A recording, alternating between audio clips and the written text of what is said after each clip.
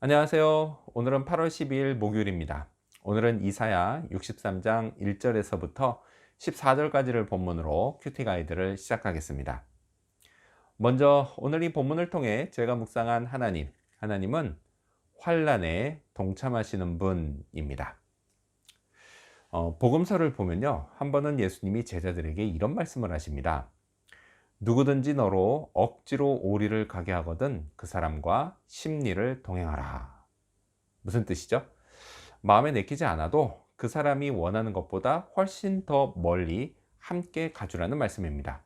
이를 통해서 이웃사랑을 실천하라고 말씀하십니다. 자, 오늘 본문에서 이사야 선지자도요, 우리를 사랑하시는 하나님이 우리와 동행하신다고 말합니다. 그 동행길이 편하고 안락한 길이 아닌데도 말이죠. 9절 말씀을 읽겠습니다. 그들의 모든 환난에 동참하사 자기 앞에 사자로 하여금 그들을 구원하시며 그의 사랑과 그의 자비로 그들을 구원하시고 옛적 모든 날에 그들을 드시며 안으셨으나. 아멘. 자, 지금 이 이야기는요, 이스라엘 민족의 출애굽을 배경으로 합니다. 자, 당시 하나님은 그들이 광야길에서 겪는 모든 환난에 동참하셨습니다. 자, 이렇게 하나님이 동참해 주셨으니 얼마나 좋았을까요? 함께 있는 것만으로도 위로가 되는 존재가 있습니다. 바로 하나님이십니다. 자, 그런데요. 하나님은 단지 마음만 위로해 주시는 분이 아니었습니다.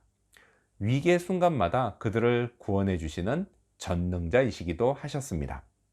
하나님은 백성들을 사랑하셨고 그들을 구원해 주시는 것을 통해 그 사랑을 실천하셨습니다.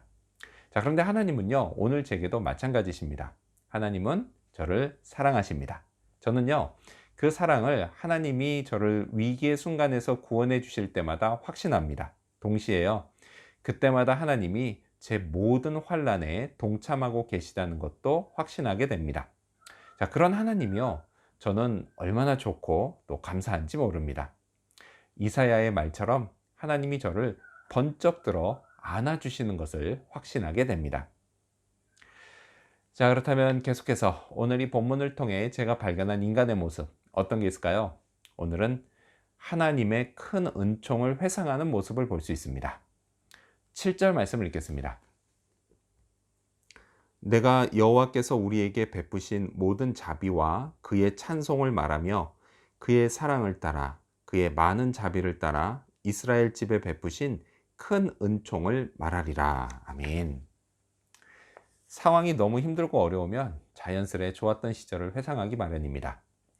이사야는요, 이스라엘이 하나님께 큰 은총을 받았던 시절을 회상합니다. 자, 이전에 하나님은 백성들에게 자비를 베푸셨습니다. 애굽의 노예로 보잘것없던 그들을 다 불러 모아 적과 꿀이 흐르는 약속의 땅으로 인도해 주셨습니다. 또요, 다윗 같은 훌륭한 왕들을 세워 그들의 나라를 부강하게 해주셨습니다. 또요, 때를 따라 햇빛과 비를 내려주셔서 그들이 농사를 짓고 목축도 할 수 있게 해주셨습니다.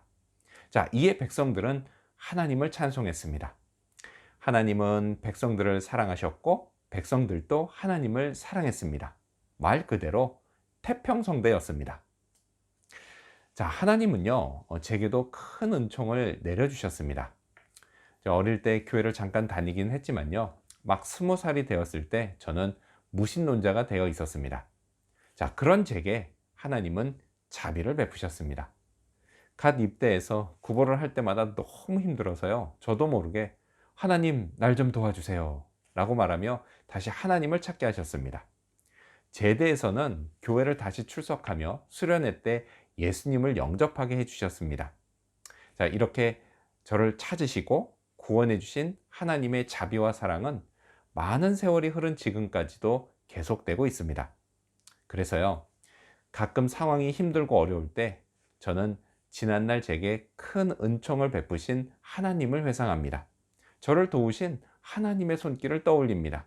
그렇게요, 흔들리는 믿음을 진정시킵니다. 자, 그렇다면 끝으로 오늘 이 본문을 통해 나에게 주신 교훈이 뭘까요?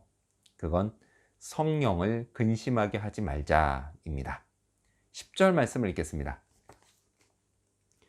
그들이 반역하여 주의 성령을 근심하게 하였으므로 그가 돌이켜 그들의 대적이 되사 친히 그들을 치셨더니. 아멘. 이스라엘의 태평성대는 끝나고 말았습니다.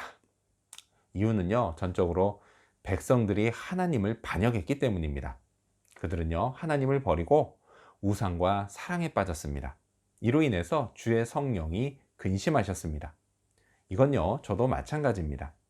만일 제가 하나님이 아닌 다른 것, 곧 우상에 빠지면 성령이 근심하십니다. 자, 이스라엘에게 그 결과는 하나님이 그들을 대적해 치시는 것이었습니다.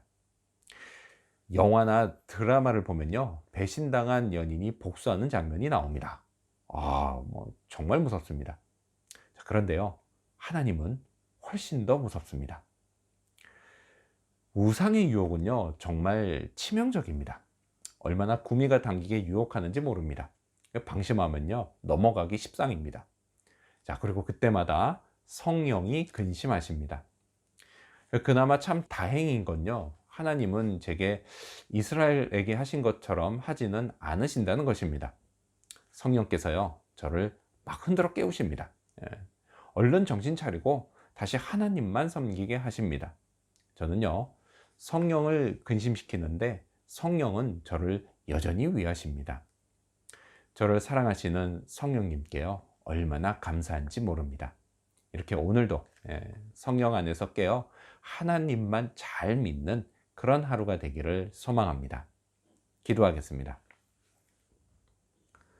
환난에 동참하시는 하나님 감사합니다. 하나님, 저와 함께 하시며 또 저를 구원해 주시고 도와주시는 것, 주님, 그 은혜를 늘 잊지 않게 하여 주시옵소서.